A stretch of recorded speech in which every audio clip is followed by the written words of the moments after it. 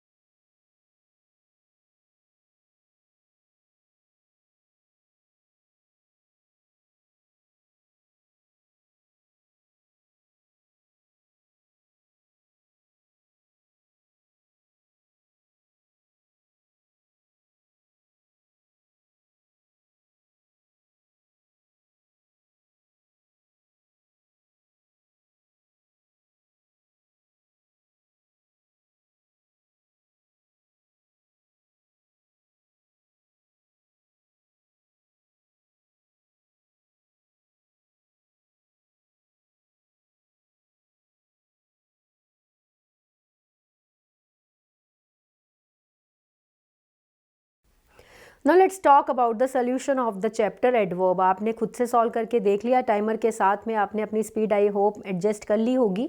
तो अगर आपकी फर्स्ट स्टेटमेंट को देखते हैं, your statement is he was exceedingly paid for how skillful he handled. किसी चीज़ को उसने हैंडल किया है, किसी चीज़ को उसने मैनेज किया है। तो जब हम मैनर लगाते हैं वर्ब का, तो ये मैनर स्किलफुल नहीं होना चाहिए।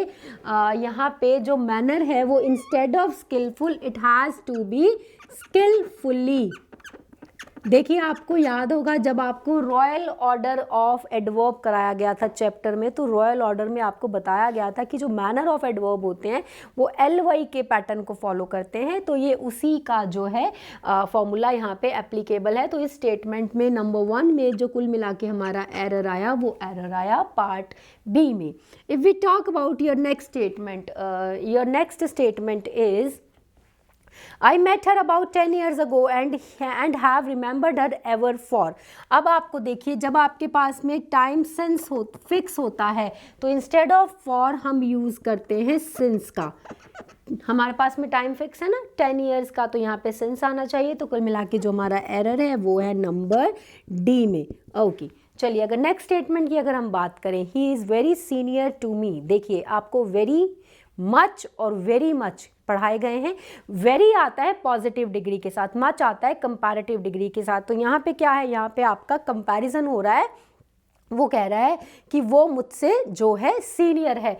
तो इंस्टेड ऑफ वेरी आपको यूज़ करना था मच का, क्योंकि चैप्टर में आपको सिखाया है कि वेरी पॉजिटिव होता है, मच कंपैरेटिव होता है। तो 3 स्टेटमेंट में एरर जो है वो है पार्ट A में।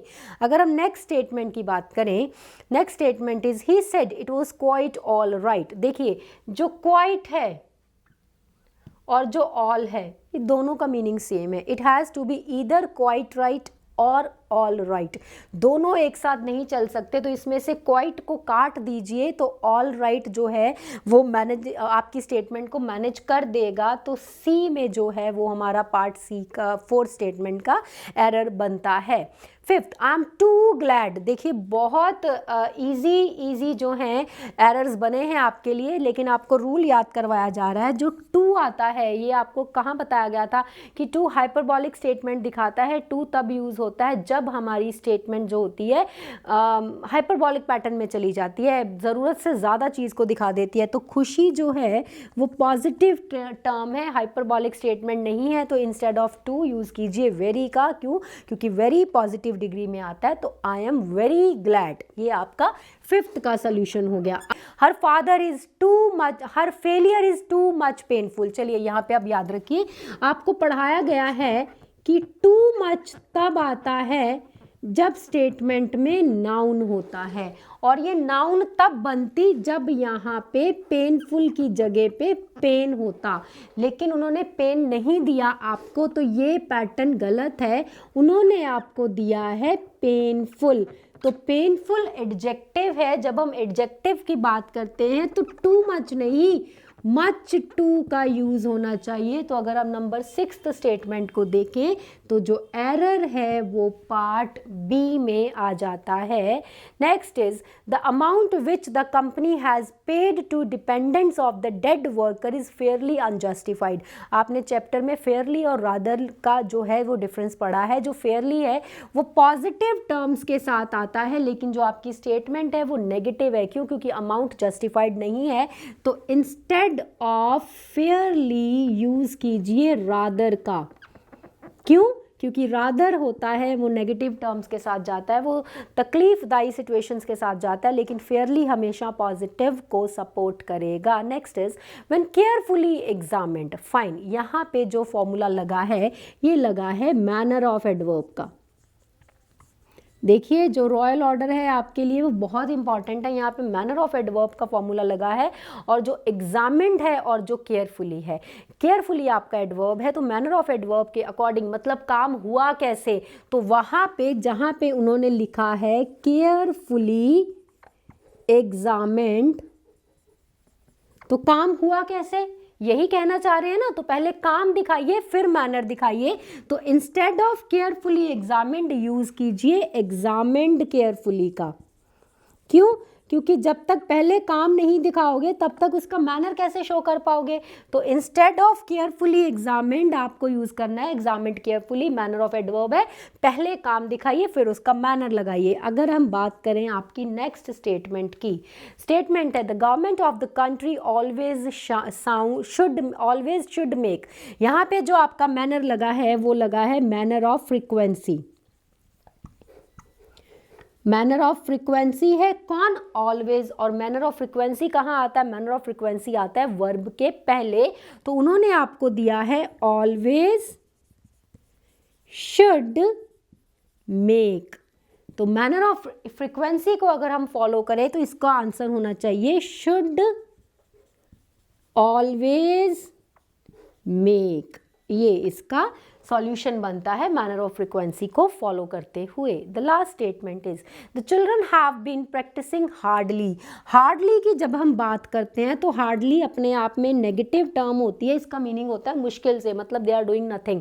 जबकि आपकी स्टेटमेंट कह रही है चिल्ड्रन जो है हार्ड प्रैक्टिस कर रहे हैं, तो यहाँ पे instead of hardly use the term hard. This is all about the solution of the chapter adverb.